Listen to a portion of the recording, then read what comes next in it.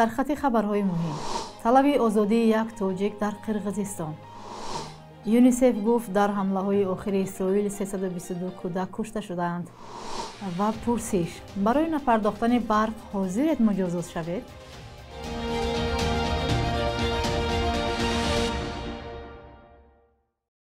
سلام بیننده‌های گرامی، شما نویدی بامدادی رو تماشا دارید. دوام چند دقیقه بعدی شما رو با آخرین خبرهای تاجیکستان و جهان آشنا می‌سازیم. امروز پنجشنبه 3 اپریل. در پی بهتر شدن روابط دوشنبه و بیشکک، پیوندان یک تاجیک زندانی در قرقیزستان آزادی او را درخواست کردند. اکمالجان ایسویف در سال 2021 و بعد یک مناقشه خونین در مرز تاجیکستان و قرقیزستان بازداشت و 15 سال زندانی شد.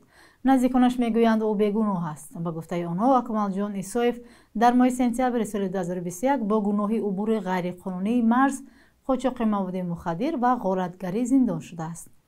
همراه با او دو تاجیک دیگری قرقیزستان را هم به 8.5 سال زندان محکوم کرده بودند، اما پس از 10 ماه آنها را آزاد نمودند. اکمالجان ایسویف همچنان در زندان مانده است و تلاش پیوندانش برای آزادی او بی نتیجه بوده است. اکمالجان ایسویف 30 سال داشته، به گفته نزدیکانش 2 فرزند دارد. تاجیکستان و قرقیزستان در سال 2021 در پی جنجال‌های مرزی چندین شهروندان همدیگر را به گمان غیرقانونی گذشتن از سرحد یا ایبنامه‌های دیگر بازداشت کرده دیرتر قسمی را تبادل نمودند.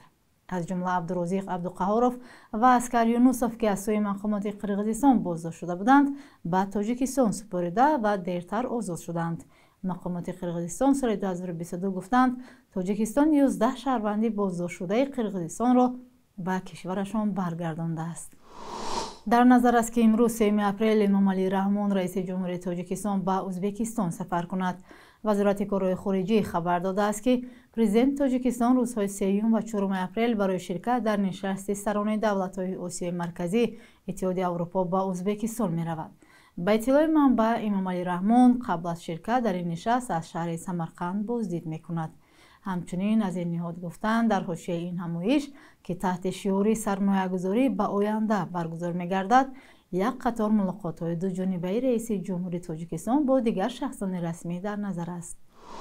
دونالد ترامپ رئیس جمهور آمریکا روز 2 اپریل طرفه یا باج‌های متقابل را بر شریکان تجارتی کشورش از جمله باج‌های 20% بر مال و کالاهای اتحادیه اروپا اعلام کرد. ترامپ روز گذشته را روزی آزادی خواند و گفت که این روز برای همیشه همچون روزی که صنعت آمریکا دوباره احیا شد یاد خواهد شد. او در سخنرانیش در کاخ سفید گفت طرفه‌های 10% اعلان شده بر همه مال و کالای وارداتی به آمریکا و باج‌های بالاتر بر واردات از 10 کشور در سراسر جهان جاری کرد. با گفته ترامپ، اتحادیه اروپا با طرفه‌های 20% روبرو خواهد شد. چین باید 34% و ژاپن نیز 24% باج بپردازد. با گفته رئیس جمهور آمریکا، او با این اقدام‌هایش از کارگران آمریکایی دفاع می‌کند.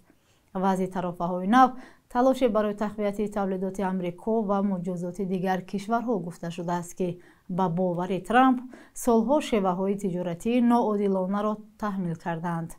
دونالد ترامپ چند دقیقه پس از سخنرانیش فرمان اجرایی جاری کردن این طرفه‌ها را امضا کرد. یونیسف بنیاد حمایت از کودکان سازمان ملل نگرانی کرده است که در 10 روز گذشته در حمله‌های اسرائیل در غزه 322 کودک کشته و 609 تن زخمی شدند. نیروهای اسرائیل در آنجا جنگجویان حماس را نشان گرفتند که آمریکا و اتحادیه اروپا سازمان تروریستی می‌دانند. این سازمان در اطلاعیه در وبسایت خود نوشته است که آمار نشان می‌دهد که پس از شکست آتش بس در غزه روزانه حدودی 100 کودک کشته یا معیوب می‌شوند. به اطلاع یونیسف در 18 ماه گذشته در غزه 15000 کودک کشته و بیش از 34000 کودک زخمی شدند.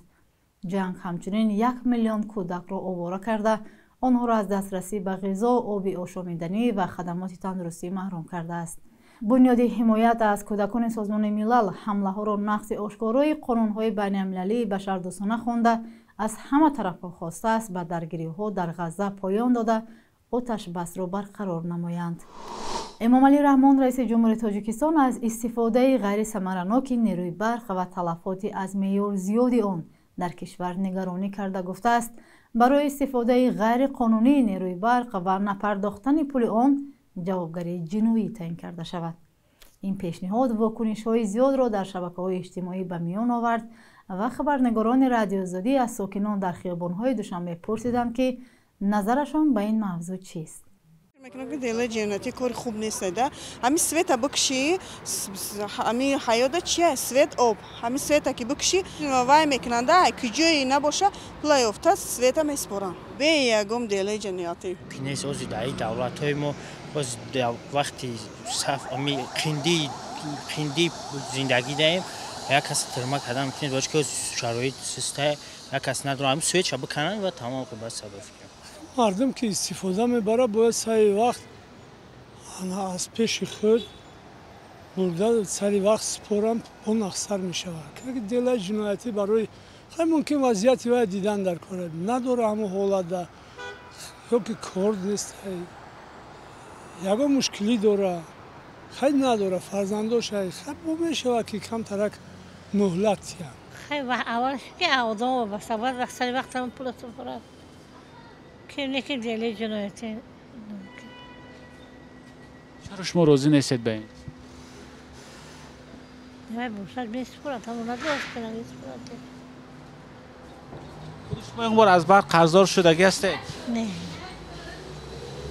من تن بار تا پنجم خودم میسپرم همه تلفن با صفحه نیست میبیاد تا باشم اکن باید پول دولت را استفاده در کار استفاده میبریم که بچه همه خیلی میشه خیلی زندگی بر کار میشه سبکی وضع بینی همه کارات میشه که من دستم به خصوص ندارم مثال 50% میتیم 50% او طرفم مثال کمتر باید اهمیت تیان نازم مثال خیلی 2 روز پس می 3 روز پس می و 10 روز پس می مقصد اومده وایشم سپورید انا 10 روز پس می بیایم سیتاتون میبریم اگر نسپارید ما باید 10 روز با فکرم همین یعنی فرصت و امکانیت داده شد به شهروندان چرا نه دادن در کار پرونده جنایتی روی حل نیست اكو جنایتی چه جنایتی هوای آدم اگر داشتگی باشد و هیچ وقت خودش جنایت با نمیزند که هم خیلی می زنش ندارد که وایم فهمیدن در راه زندگی هم خیلی کار نیست روسیه رفتن می اومدن که روسیه هم از اوکراین جنگ شده است همه هر خیلی رسپت شدگی بیننده های عزیز شما هم می توانید زیر این برنامه برایمان نظر خود را نویسید.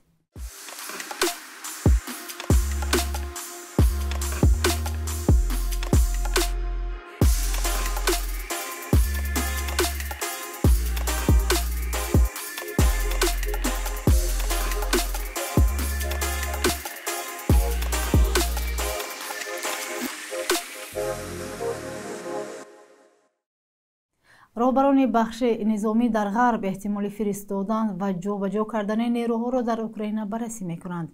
ملاقات روز 4 اپریل در نظر است. پرزیدنت اوکراین ولادیمیر زلنسکی شام 1 اپریل در پیام ویدیویی گفت این نیروها آتش بس احتمالی را نظارت کرده بخش از ساختار نوی امنیتی این کشور خواهند بود. ارتش اوکراین باید به قدر کافی نیرومند باشد و در این زمینه تمام ساختار امنیتی بنیاد می‌شود افزود او. زلنسکی روز 1 اپریل با وزیر کارهای خارجه آلمان آنالین بربوک در کیف ملاقات کرد و گفت که دایره محدود کشورها آماده‌اند به اوکراین نیرو فرستند. راهبر اوکراین در نشست مطبوعاتی مشترک با بربوک اظهار داشت که او منتظر پاسخ مشخص‌تر از جانب کشورهای همپیمان است. تاکنون فرانسه و بریتانیا آمادگی خود را برای ارسال نیروها با هدف نظارت از آتش‌بس احتمالی در اوکراین اظهار داشتند. روسیه به همه گونه ارسال نیروی خارجی به اوکراین شدیداً مخالف است. بخش یک روز تاریخ از مهمترین تحولات تاریخی برای امروز 3 اپریل خبر می‌دهد.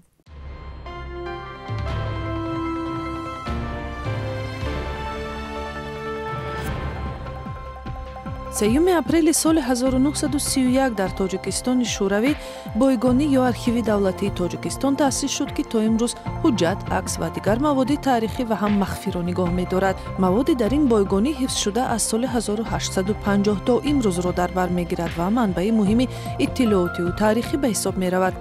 истифода аз бахшҳои махфии ин бойгонӣ бо иҷозатномаи махсуси ниҳодҳои марбута имконпазир мешавад. ба фарқ аз ҷумҳуриҳои дигари иттиҳоди шӯравӣ дар тоҷикистон бойгониҳои махфӣ ҳаргиз дар дастраси он қарор нагирифтанд.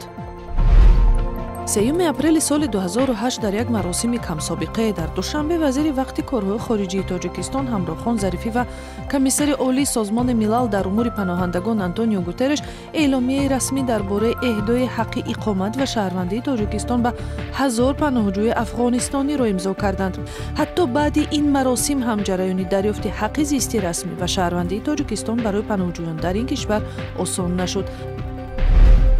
3 апрели соли 2020 вайрон кардани қасри раёсатҷумҳурии тоҷикистон шурӯъ шуд, ки давоми 10 солаҳо чун бинои кумитаи марказии ҳизби коммунисти ин ҷумҳурӣ хидмат кардааст. ин бино соли 1957 бунёд шуда маҳалли кори мансабдорони сатҳи боло, маркази тасмимгириҳои сиёсӣ ва шоҳиди ҳодисаҳои таърихие ба монанди баҳманмоҳи хунин ва гирдиҳамоиҳо дар оғози солҳои 1990 будааст. тахриби бинои қасри пешинаи президент дар чаҳорчӯби генплан ё нақшаи куллии шаҳри душанбе сурат гирифт, вале бисёр сокинони собиқадор тасмими аз байн бурдани бинои таърихӣ бо ҳашаматро танқид карданд. бонки миллии субҳи имрӯз қурби асъори хориҷиро чунин таъин кардааст: 1000 рубли русӣ баробар аст ба 129 сомонӣ, 100 евро ба 1177 сомонӣ ва 100 доллар 1090 сомонӣ муқаррар шудааст.